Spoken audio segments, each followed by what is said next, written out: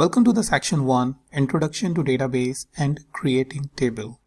Let's look at the topics that will be covered in this section. We will look at what is database, afterwards how we can download and install SQLite database. Then we will create tables. After that we can apply relationships to the tables. And finally we will look at how we can insert and update data.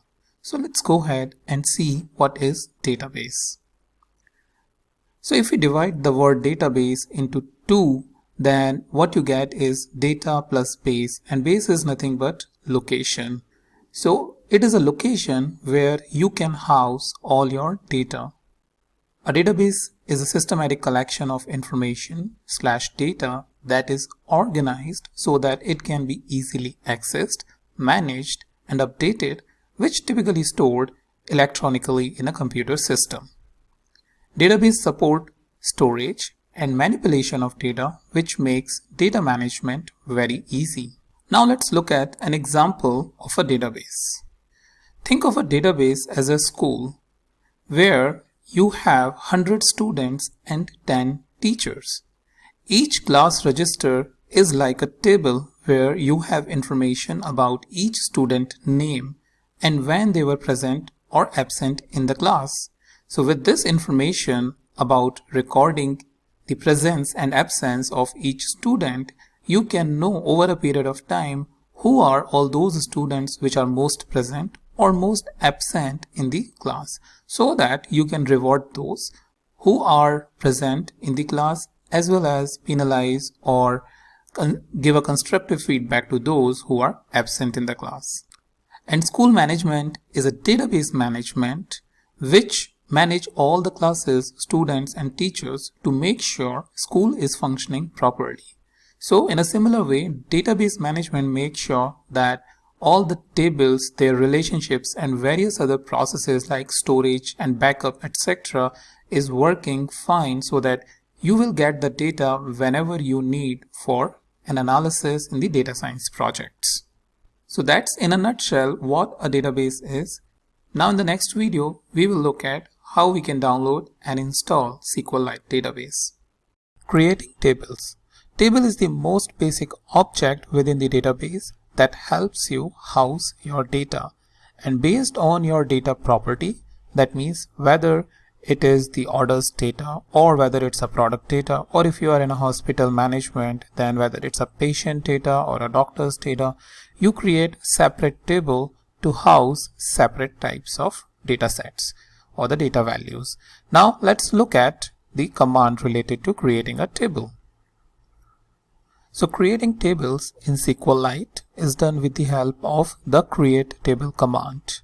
Creating a basic table involves naming a table and defining its column and each column's data type. That means whether it is a numeric column or a textual column, and there are many other data types.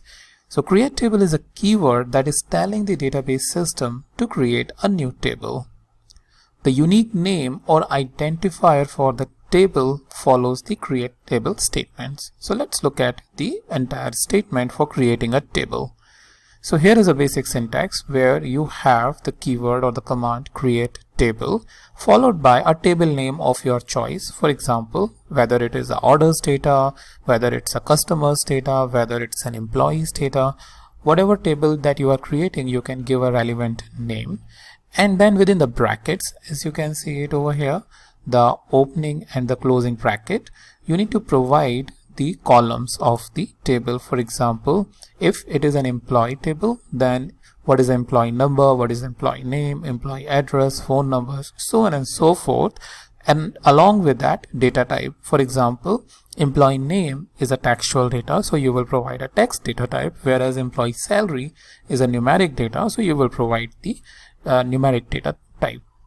Apart from this, there is a date data type as well, where if you are having a column like employee join date, then you will provide the date data type accordingly. Now let's go a little bit in depth into the tables syntax. Here is a slightly expanded the syntax of the create table command. So you have a create table, database name dot table name. So each table should have an associate database, and we will see that within just few clicks how we can create that database as well. And then you specify the column 1, its data type that we saw earlier, and then with a constraint. So constraint is something like some sort of a restriction that you want to put. So for example, you want user to only enter the unique value, that means non-duplicate value. Apart from this, you may have a constraint where, for example, you want the user to type in the information every time. That means it should not be blank. So in that case, you can have the second constraint, so on and so forth, based on the columns that you have. And here is some more detailed information about the data type and constraints and couple of other columns like table name and column. So table name, the name of the table that you wish to create, which is over here, table name. The column is the column name that you wish to create in the table. It must also be a valid identifier. Then you have a data type, like I said, it can be integer, it can be text. And finally the constraint, which is default, primary key, not null, etc., which I just explained, that it should not be a duplicate or it should not be a null value. Things like those you can specify in a constraint, and which we will see how we can add that. So let's go ahead and create a table within the SQLite. Alright, so here I am in the DB browser for SQLite, which we installed in the previous video tutorial, and now we will going to create a new database. So once we create a new database, it will ask us a location where we want to create. So let's create a new folder and give it a name as sales related to the database name. So let's say it's a sales database, and now let's give it a name, the same name, which is sales, and click on save. So once it is created, database is created, it will ask us straight away to create a table. So to create a table, we need to provide a table name. So let's give a table name as salesperson. And as I'm typing the salesperson over here, you can see that a create table command is repeating over here or automatically getting created by the system. Now once we have done the salesperson, we will start add the field. So we will need to click on add, and let's say the first is ID and type is integer. If you want to make it non-null or the primary key, then we can just enable that constraint. So I will make it a primary key. This way it will be a unique column, as well as I can add the reference to other tables, which I will show you in the next videos. And I will create another field which is name, and now name should be text. So I will click on text, and I can again make it like non-null, and that means there should always be a name in the salesperson name. And the third column is, let's say, age, and it should be integer. I'm fine with this. And another column, so I will need to make sure that I am pressing the tab.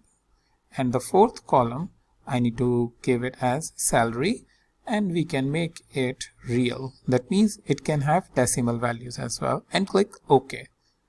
So our first table is created. Now we can create another table with the help of this create table command or the create table option. And now let's give a table name as customer. And now for customer, let's start adding the ID as customer. We can make it integer, and up to us whether we want to make it primary key or not. So let's leave it as it is, and then alright, I need to make sure I'm pressing tab or enter. So I'm pressing tab. So now after ID, I will ask for name, which is text. So name, we can make it like non-null. There should be a name every time.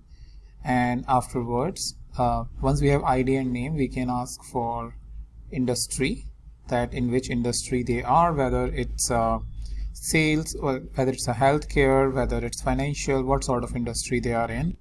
And afterwards we can add the last column as their location information by asking the city, which is again a text information. So all of this is now present over here as part of the command. And as you can see, for name we have not null as a constraint, so we can click OK. Finally, we will create one last table for orders to capture the orders information. So again, we have clicked on the create table. Let's give it a name as orders. Let's add the order ID. We can make it integer and we can make it primary key, and we can make it not null as well. And as you can see, both integer, not null, primary key is being added. After the order ID, we can have the customer ID, CUST_ID. It is integer. We can have the salesperson ID, which is again an integer, and I'll press the enter to make sure that we are preserving the changes here. And finally, the amount over here. So amount will indicate in the real numbers. That means if it has decimal, then we can have it. And we can make it like non-null in this case, so that amount information is always present whenever the customer is present.